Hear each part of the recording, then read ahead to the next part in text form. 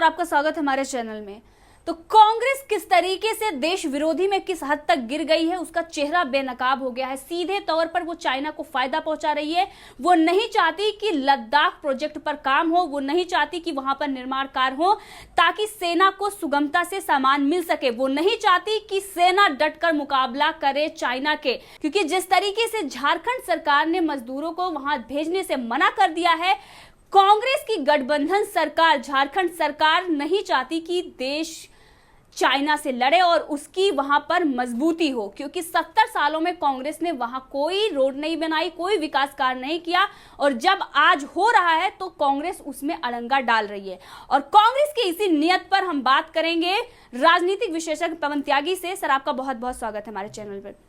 Sir, Congress ने जिस तरीके से अभी बयानों से लेकर जिस तरीके से चाइना को मदद पहुंचा रही थी, राहुल गांधी लगातार उनकी भाषा बोल रहे हैं, रणदीप सिंह सुरजेवाला, मनीष तिवारी जो लगातार इनके वरिष्ठ नेता हैं चाइना को मदद पहुंचा रहे हैं, वही भाषा बोल रहे हैं जो ग्लोबल टाइम्स बोल रहा है। लेकिन अब ये जो बड़ा खुलासा हुआ है कि झारखंड सरकार ने मजदूरों को भेजने से मना कर दिया, क्योंकि वो नहीं चाहते कि लद्दाख में सड़क निर्माण हो ताकि सेना को आसानी से सुगमता से वहां सामग्री पहुंच सके। जो हमारे सैनिक है वहां पर जो डटे हुए हैं, जो मुंहतोड़ जवाब देने की तैयारी कर रहे हैं, वो उनकी मदद नहीं चाहता। आप क्या कहेंगे कांग्रेस की इस नियत पर? देखिए, ये जो झारखंड के मुख्यमंत्री हैं जी, इनका ये खुद का फैसला बिल्कुल नहीं हो सकता कि ये अपने स्टेट के मजदूरों को भेजने से मना करें। जी, गठबंधन की सरकार है कांग्रेस की, क्योंकि ये कांग्रेस के गठबंधन से चल रही है, इसलिए मैं पक्के तौर पे कह सकता हूं कि दिल्ली से राहुल गांधी का या सोनिया गांधी का इशारा हुआ होगा कि तुमको वहां अपने मजदूर नहीं भेजने।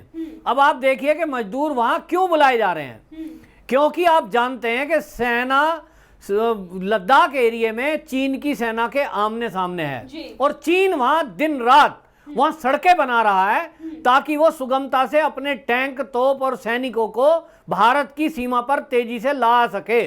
उसका मुकाबला करने के लिए हमें क्या करना है? तो हमारी सरकार और सेना ने तय किया कि हम भी अपने बॉर्डर एरिया में उतनी तेजी से सड़क बनाएंगे जैसे तेजी से चीन बना रहा है, क्योंकि टेंशन है।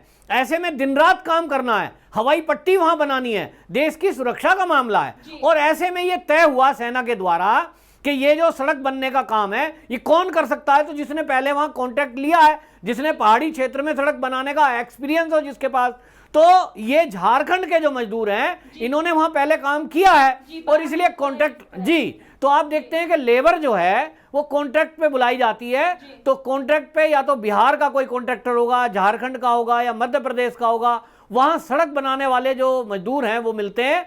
और इसलिए ये झारखंड से बात हुई, इनके लिए ट्रेन भेज दी गई, सारी बातचीत हो गई, लेकिन ऐन मौके पर जब उनको लाना है, सारी तैयारियां हो गई हैं, इधर सेना इंतजार कर रही है और यह तय होता है कि 11,000 मजदूरों को वहां लद्दाख एरिया में बुलाने की बात हुई कि भाई इकट्ठा एकदम तेजी से काम करा जा सके। ऐसे में मुख्यमंत्री का यह कहना कि भाई ये मजदूर नहीं जाएंगे, कौन हो तुम?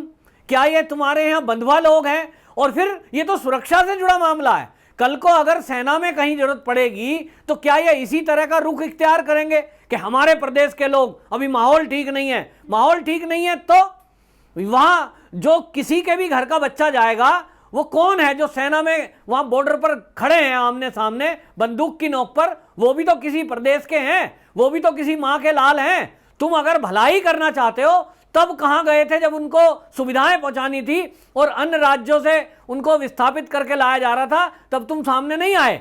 आज तुम उनके भोले बन रहे हो, भले बन रहे हो, और आज देश को जरूरत पड़ी है। ये वही चेहरा है जब देश में भारत से चीन का 62 का युद्ध हुआ था, उस समय सैनिकों के लिए खून की जरूरत पड़ी, तो यहां के कम्युनिस्ट कह रहे थे कि हम सैनिकों को खून नहीं दे सकते साहब, क्योंकि अगर हमने इनको खून दिया भारतीय सैनिकों को तो चाइना नाराज हो जाएगा। ये चाइना की नाराजगी के कारण यहां देश के सैनिकों को खून नहीं दिया।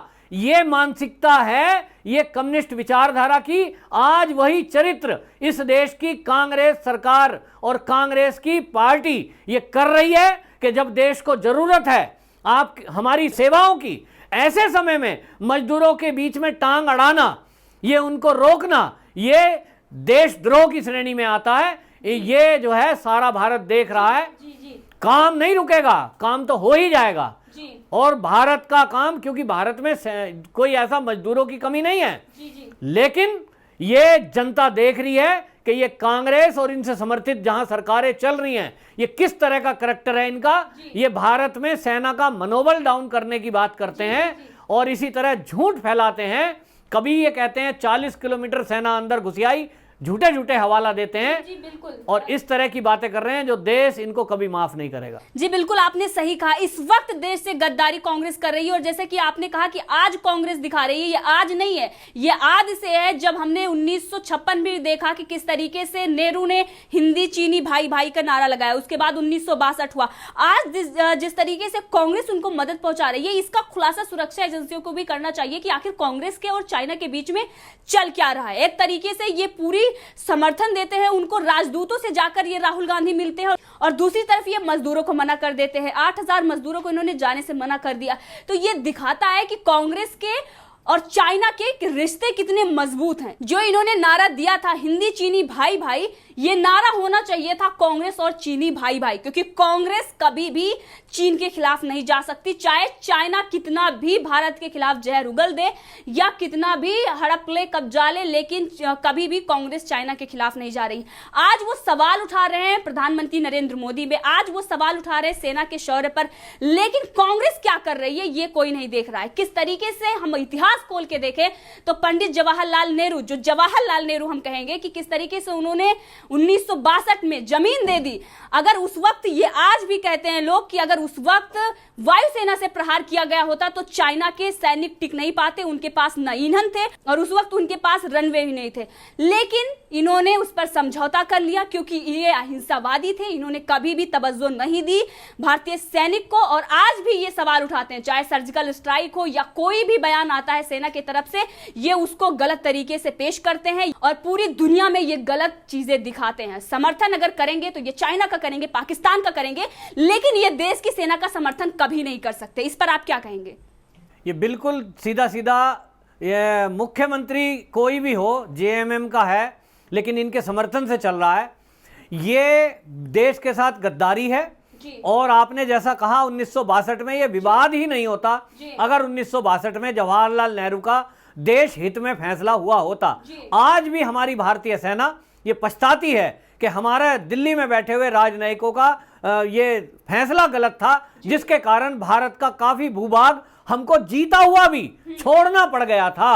तो ये कांग्रेस के हिस्ट्री में रहा है कि इन्होंने देश की तरफ कभी ध्यान नहीं दिया, देशभक्ति से इनका कोई लेना देना नहीं है। इनका तो अपना कैसे भला करें, अपने तरफ ध्यान देना है। देश में, देश के लिए कभी इनका कोई योगदान भी नहीं है। और इस तरह से ये जब मुसीबत की घड़ी में हमारा देश इनकी कोई एक मदद चाहता है, स्टेट के मजदूरों की, उनके बीच में रोड़ा बन रहे हैं। क्योंकि आप देखिए कि ये सेना का मामला है, देश की सुरक्षा का मामला है। ऐसे समय में इनको मदद करनी चाहिए थी, लेकिन ये रोड़ा बन रहे हैं। जी बिल्कुल, आपने सही कहा। यहाँ पर सवाल उठता है कि आखिर कांग्रेस देशद्रोह क्यों कर रही है? क्यों नहीं वो चाहती कि भारत को कामयाबी मिले? क्या 1962 में जो हुआ वही कांग्रेस आज भी दोहराना चाहती है? क्यों वो सेना के और सरकार के साथ नहीं खड़ी है? चाहे झारखंड की सरकार रोड़ा अटकाए, चाहे राहुल गांधी रोड़ा अटकाए, चाहे सोनिया, चाहे सारे कम्युनिस्ट मिलकर के चीन की गोद में बैठ जाएं, लेकिन ये जान लें कि भारत अब ठान चुका है कि अब वो दो दो हाथ करने के लिए चीन से तैयार है और हर क्षेत्र में तैयार है। चाहे तो वो आर्थिक मुकाबले पे आ जाए, चाहे वो सेना के मुकाबले पर आ जाए। हालांकि ये युद्ध थोपा जाएगा अगर ये युद्ध हुआ, क्योंकि भारत और पूरी दुनिया इस समय कोरोना से जूझ रहा है। युद्ध इस समय किसी के भी हित में नहीं है, लेकिन चाइना जिस तरह की घुड़की दिखा रहा है, जिस तरह की वो तैयारियां करके और वो जो है बंकर बना रहा है और जिस तरह की एक्टिविटी कर रहा है और जिस तरह का फ्रॉड फैला रहा है, ये उसकी चाल है। उसकी हर चाल का मुकाबला किया जाएगा। और मोदी जी, इस समय मोदी जी पर भरोसा है सब देश को और हमारी सेना को। हमें भरोसा रखना चाहिए, हम चीन को मात देंगे जल्दी ही। उससे सारी धरती हमारी जो दबाई हुई है, कांग्रेस के जितने पाप किए हुए हैं, उन सब से भारत मुक्त होगा।